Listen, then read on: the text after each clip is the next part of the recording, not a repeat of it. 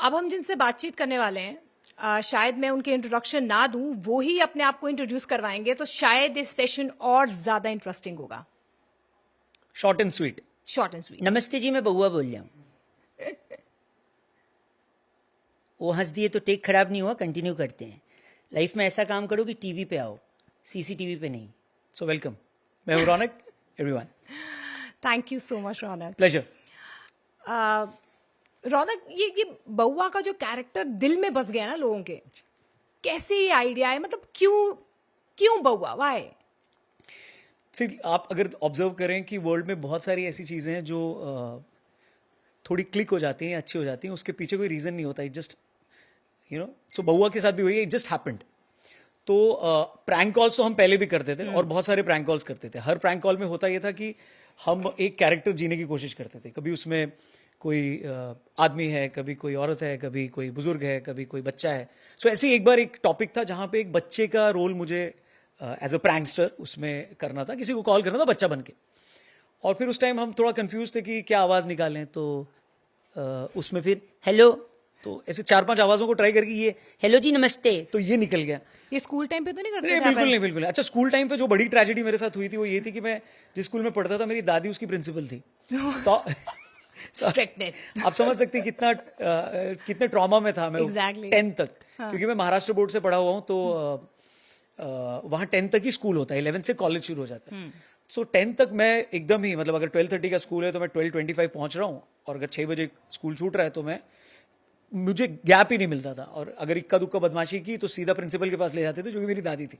तो मुझे अपनी बदमाशी से ज्यादा मुझे उनकी बदनामी का डर था, इसलिए तो मुझे ऐसा लगता है कि वो जो 10, 12, 15 साल तक जो दबा हुआ था, वो जब मैं 20 साल का हुआ तो वो बाहर आया, और वो एक ठीक और ऐसा आया कि हर किसी के दिल में बस गया। Thank you very much. So वो तो एक प्रैंक कॉल के जरिए वो आवाज निकली और वो नाम निकला। और जब वो एक निकला तो हमने उसको 3-4 दिन कंटिन्यू किया, और 3-4 दिन करने के बाद उसका जो पब्लिक ने उसको जिस तरीके से एक्सेप्ट किया और रिसीव किया, वो बहुत अच्छा था। तो उसमें एक मेरा स्वार्थ ये था कि हर रोज एक कैरेक्टर बनना बहुत डिफिकल्ट है। अगर एक ही चल गया है, एक ही नाम है और एक ही आवाज है, तो वो किया जा सकता है, वो थोड़ा लॉन्ग टर्म चलेगा। And that's how so you right the script, जो स्क्रिप्टिंग होती है या कुछ सब इनोवेशन आपका था? मैं भी था, मेरे साथ मेरे फ्रेंड्स भी थे, और every time when we used to do the prank, हर बार पूरी टीम उसमें लगती थी। वो असली में प्रैंक होते थे वैसे? थैंक यू वेरी मच, बहुत अच्छा लगा आपसे बात करके। नहीं, मैं इसका आंसर दूंगा। ये अंदर की बात तो बतानी पड़ेगी। ऑनेस्टली मैं उसका आंसर ये दूंगा कि जब हमने शुरू किया था तो अच्छा, ये सवाल क्यों आता है, पहले मैं उसका आंसर देता हूँ। क्योंकि जो प्रैंक की ड्यूरेशन होती है वो तकरीबन 1.5 से 2 मिनट या ज्यादा से ज्यादा 3 मिनट होती है। तो सामने सुनने वाली जनता को कभी ये समझ में नहीं आता कि 3 मिनट में उसने फोन भी उठाया, उसने गलत भी बोला, आपने उसको स्क्रिप्ट भी बोली, और वो इतना सीमलेस कैसे चला गया। सो जनरली उसके पीछे वो आधे घंटे की एक रिकॉर्डिंग होती थी। तो उसने, हो सकता है उसने 2 बार हेलो बोल के फोन बंद कर दिया या काट दिया है, फिर आधे घंटे बाद हमने उसको फिर से फोन मिलाया। सो जनरली जब हम वो 2 मिनट का कट करते थे, उसका एक्चुअल ड्यूरेशन 20 से 30 मिनट या कभी कभी 40 मिनट हो जाता था। सो हम उसको बहुत ही क्रिस्प एडिट करते थे, इसलिए 2 मिनट का सुनने या 1.5 मिनट का सुनने पे वो स्क्रिप्टेड लगता था। क्योंकि तुरंत हम जंप कर जाते थे उसके रिएक्शन पे, और हर बार कभी कभी हमको ये लगता था कि इसको हम क्या करें। और क्योंकि रेडियो की लिमिटेशन होती थी कि आप एक ड्यूरेशन से ज्यादा नहीं जा सकते, वरना अगर मेरा बस चलता तो मैं उसको 20 मिनट एज इट इज डालता, जिससे सामने वाले को पता चलता कि उसमें कितनी मेहनत लग रही है। पर इसकी क्रिएशन आप टीवी पर लेकर आए ना, फिर वो जो शिफ्ट हुआ आपका टीवी पर। करेक्ट। सो टीवी पे भी हम आए, पर टीवी पे मैं प्रैंक इसलिए नहीं कर पाया बउआ के साथ ज्यादा, बिट्स एंड पीसेस पे जैसे अभी हमने शुरू किया वैसा ही कर पाया, क्योंकि लोगों को जो आवाज है उसके ऊपर ये शक्ल लोगों को बर्दाश्त नहीं है, या तो वो आवाज इतनी लोगों को रिलेट करती है कि वो बोलते हैं अच्छा तुम हो, तो वो डिसअपॉइंट हो जाते हैं इस शक्ल पे, उस आवाज को, वो उस आवाज को कुछ अलग शक्ल उसमें इमेजिन करते हैं। शायद उसकी कोशिश शाहरुख खान ने अपनी फिल्म जीरो में की थी, जहां पे वो बउआ का ही कैरेक्टर बने थे। फिर बाद में एक इंटरेक्शन में उन्होंने मुझसे कहा कि जो हिमांशु, जो राइटर थे फिल्म के, उन्होंने आपके ही कैरेक्टर से इंस्पायर होके उसको कंसीव किया, उसको इमेजिन किया, विजुअलाइज किया कि वो छोटा होगा, उसकी हाइट नहीं बड़ी होगी, वो बदमाश होगा, वो गुलाटी खाता होगा, उसके 2 दांत बाहर होंगे, तो ये सब किया। बट तुम हो बउआ, तुम्हें देख के अच्छा नहीं लगा, तो so that's all। तो इसलिए मैं उसको विजुअली उतना ज्यादा कर नहीं पाता हूँ, क्योंकि मैं खुद रुक जाता हूँ ये सोच के कि लोग डिसअपॉइंट ना हो जाएं, इसलिए उसको जनरली हमने ऑडियो में ही ज्यादा अच्छे से किया, ऑडियो में ही इस्तेमाल किया। बट जब आपको लगा कि फिल्म जीरो में इस कैरेक्टर को लिया गया है, यू फेल्ट प्राउड? अच्छा लगा मन से? अच्छा लगा। बट फिल्म बहुत ज्यादा बड़ी फ्लॉप निकली तो पर कैरेक्टर तो निकल कर कैरेक्टर तो निकला. In fact Shahrukh very smartly said one thing. मैं उनसे मिला और फिल्म रिलीज के एक दिन पहले मिला, तो उन्होंने फिर कैमरे पे बोला कि ये कैरेक्टर, तो मैंने उनसे 2-3 बार वो बुलवा लिया. मैंने बोला शाहरुख सर ये बताइए कि ये मेरे कैरेक्टर पे, ये बोला हाँ तुम्हारे कैरेक्टर पे, तुम्हारे कैरेक्टर पे, तुम्हारे कैरेक्टर पे. तो बोला फिर आपने मुझे पहले क्यों नहीं बताया, हम एक एसोसिएशन कर सकते थे, कोलैबोरेशन करते. बोले उसमें तू फेमस होता ना, मैं थोड़ी फेमस होता. तो that was a smart answer. But या अच्छा लगा कि वो कैरेक्टर को एटलीस्ट किसी ने सोचा कि वो वैसा हो सकता है. जिसको जब हमने शुरू किया तो हमने भी यही सोचा था कि स्कूल से बाहर निकलता हुआ, गले में वाटर बॉटल टांगा हुआ, एक उसका तरफ का कपड़ा निकला हुआ है, उसके यहाँ मिट्टी लगी हुई है, दांत निकले हुए हैं. सो उन्होंने अप्रोक्सीमेट. पर यू इमेजिन कि अगर कैरेक्टर अगर आता है टीवी पर तो ऐसा होना चाहिए. ऐसा ही होना चाहिए, ऐसे ही होना चाहिए जैसे कार्टून कैरेक्टर्स होते हैं. एंड बेस्ट ये वो टाइमलेस है, वो कभी बड़ा नहीं हो रहा है. वो 15 साल पहले शुरू हुआ था तो वो उतना ही छोटा है, तो लोग अब उसको छोटा ही इमेजिन करते हैं. तो इसलिए एक और प्रॉब्लम है उसको टीवी पे लाने पे कि मेरी उम्र धीरे धीरे बढ़ती जा रही है और वो उतना ही है, तो लोग थोड़ा अजीब फील करेंगे कि अच्छा आप ही बहू हो. तो it's better not to reveal that face, but unfortunately we had to. हालांकि उस लोगों को इस पे भी प्यार मिला, बट या.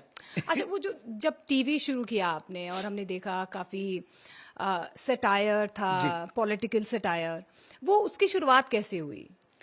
सो पॉलिटिकल सटायर का जो मेरा पहला कनेक्शन था एज अ किड, मैं शेखर सुमन को बहुत देखता था और मूवर्स एंड शेखर्स में देखता था. और उसमें वो लालू जी की कैसे मिमिक्री करते थे और कैसे वो ममता दीदी की मिमिक्री करते थे और कैसे वो पॉलिटिकल न्यूज को वो अपने कंटेंट में वीव करते थे. और फिर अचानक से, and he was so dashing, he was so smart, तो मेरे को लगता था इंग्लिश भी उतना ही अच्छा बोल रहे हैं, हिंदी भी अच्छे बोल रहे हैं, बिहारी भी बोल रहे हैं, पॉलिटिकल जोक भी मार रहे हैं. क्योंकि उनसे पहले पॉलिटिकल जोक हमने सिर्फ होली के टाइम सुना है, जब होली में लोग. पर आजकल तो पॉलिटिकल जोक्स करने पर जेल हो रही है, FIR हो रही है. अच्छा, मैं वो वीडियोस डिलीट कर दूंगा अपने. तो कहने का मतलब है कि वो जो वो बीज आया वो वहीं से आया कि ये तो बहुत अच्छा है. और वो स्मार्ट लगता था, वो इंटेलिजेंट लगता था. तो मुझे हमेशा पॉलिटिकल कंटेंट पे जोक करना हमेशा एक इंटेलिजेंट कॉमेडी लगती है, which is the difficult part. आप जनरली स्लाइस ऑफ लाइफ पे आप बहुत सारे कंटेंट क्रिएट कर सकते हो, बट पॉलिटिक्स में आप कुछ ऐसा बोलो जिस पे जोक कर रहे हो उसको भी बुरा ना लगे, हालांकि अब लगता है, बट वो बहुत स्मार्ट तरीका है. तो मैंने उस टाइम तो कभी नहीं सुना कि उन्होंने लालू की मिमिक्री करी. लालू जी की मिमिक्री उन्होंने लालू जी के सामने भी करी है. So it started from. अब क्या बदलाव हो गया? अब क्यों लोगों को ऐसा लगता है कि पर्सनल हो रहे हैं? कुणाल कामरा का भी रिसेंटली जो केस हुआ है उस पर क्या कहोगे आप? मतलब what do you think?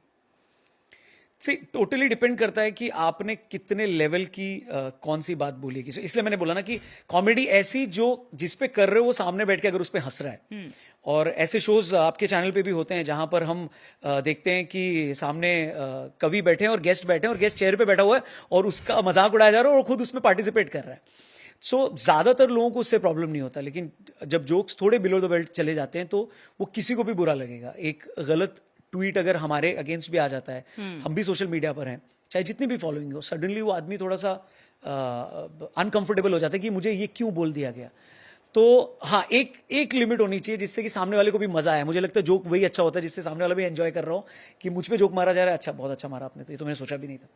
So that's what I believe. और हर चीज की लिमिट होती है, मुझे लगता है वो जोक्स की भी एक लिमिट डेफिनेटली होनी चाहिए. हमने देखा है कि हर मुद्दे पर आप बहुत बेबाक राय रखते हैं, फिर वो पॉलिटिकली कोई भी गंभीर मुद्दा हो. ठीक है. रिसेंटली जो समय रैना का पूरा एपिसोड हुआ उस पर भी हमने देखा कि आपने एक वीडियो बनाया.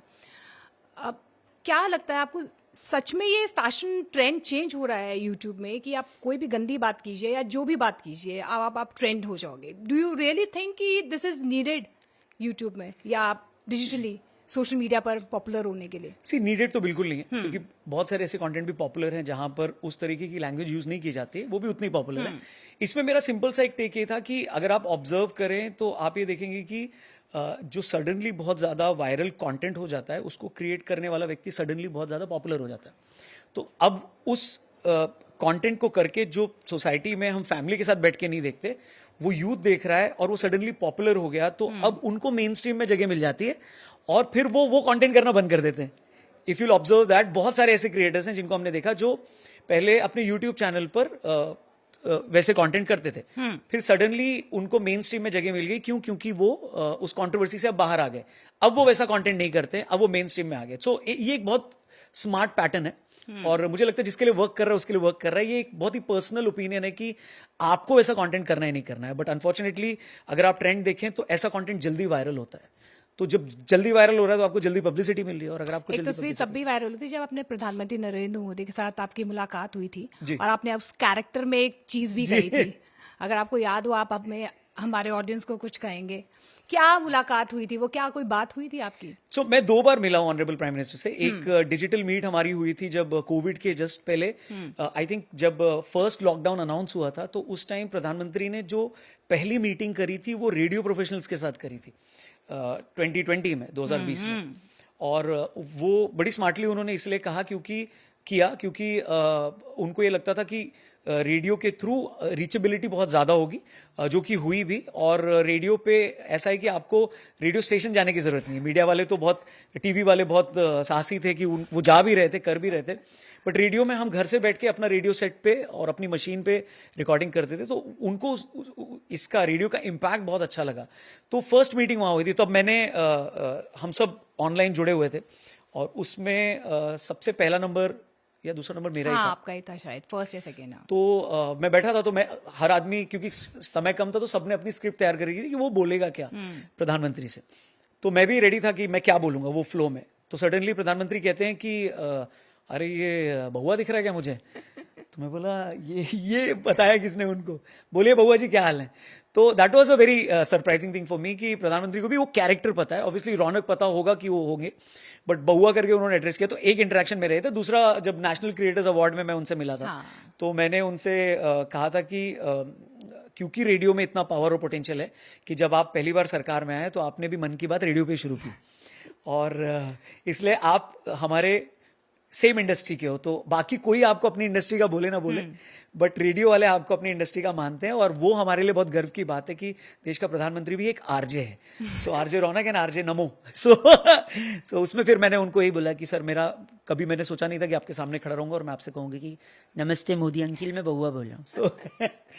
So yeah, that was the What short. more we are going to see from Ronak? I mean, apart बहुत सारी from- चीजें चल रही, बहुत सारी चीजें चल रही। अलग अलग कैटेगरी के अलग अलग कंटेंट को हम अच्छे से करने की कोशिश कर रहे हैं, और जिसमें पॉलिटिकल और सोशल कमेंट्री होगी या सटायर होगा, उसको एक बड़े लेवल पे हम लोग लेकर आने वाले हैं, जो अब शायद और बड़े प्लेटफॉर्म्स पे हमको दिखेगा। हमारे चैनल्स पे तो होते ही रहते हैं। और क्रिकेट एक हमारा इंपॉर्टेंट फोटे है जिसको हम काफ़ी टाइम से अच्छे से कर रहे हैं। सो उसमें भी कुछ आएगा जो सटायरिकल होगा और एंटरटेनमेंट से बेस पे होगा, न कि एक्सपर्ट, क्योंकि क्रिकेटर मैं ना हूं और न मैं उतने अच्छे से क्रिकेट जानता हूं, बट क्रिकेट में एंटरटेनमेंट कहाँ फिट होता है वो उसके ऊपर हम वर्क कर रहे हैं और थोड़ा और बेटर उसको करने वाले हैं। Thank you so much, Thank you Ronak, very for much. entertaining us. Really All the honored. very best. Thank you. Thank you, so everyone. much.